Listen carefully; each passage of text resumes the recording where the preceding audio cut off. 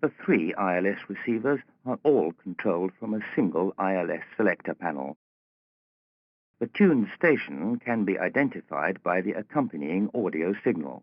This is selected at the audio control panel. Each receiver has its own glide slope and localizer antenna. Note that the localizer antennas for systems 2 and 3 are combined into one unit.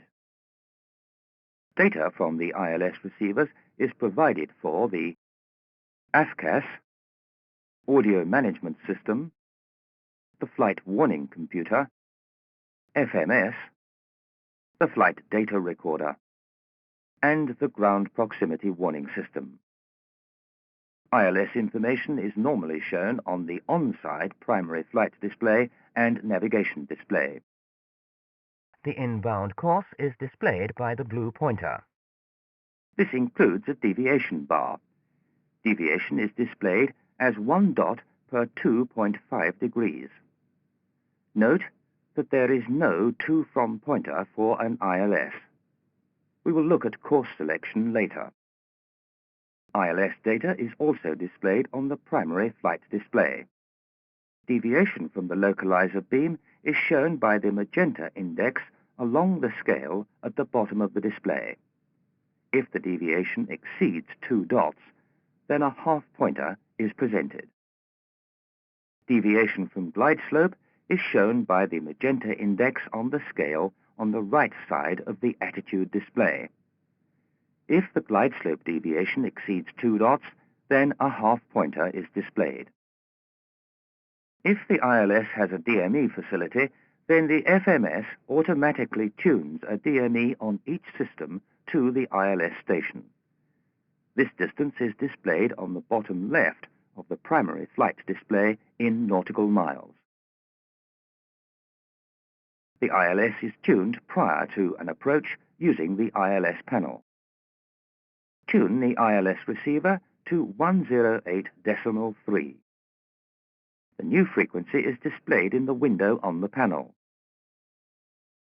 Note that ILS turning is inhibited when land mode is active or at redundant mode entry and while below 500 feet on an ILS approach. The tuned station is identified using the audio signal before selecting ILS for display.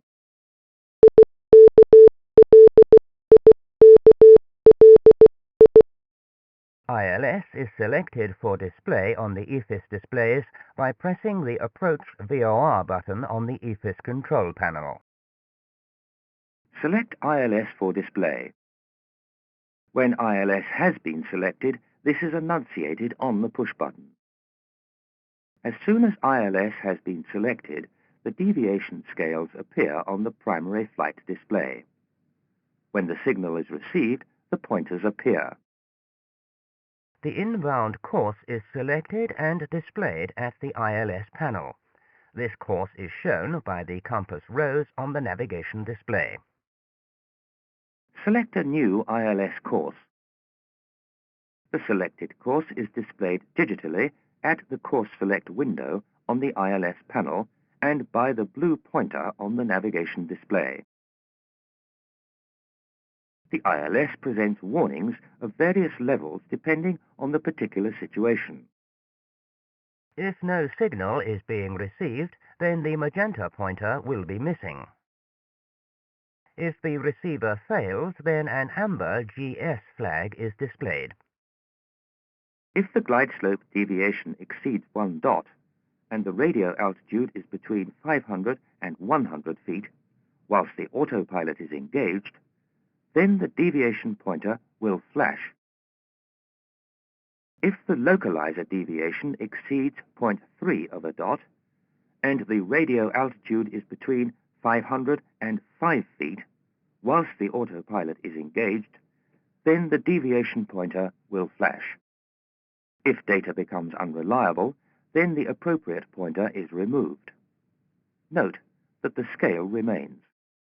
In this case, the airport has both localizer and glide slope facilities, but the glide slope data supplied by the ILS is unreliable.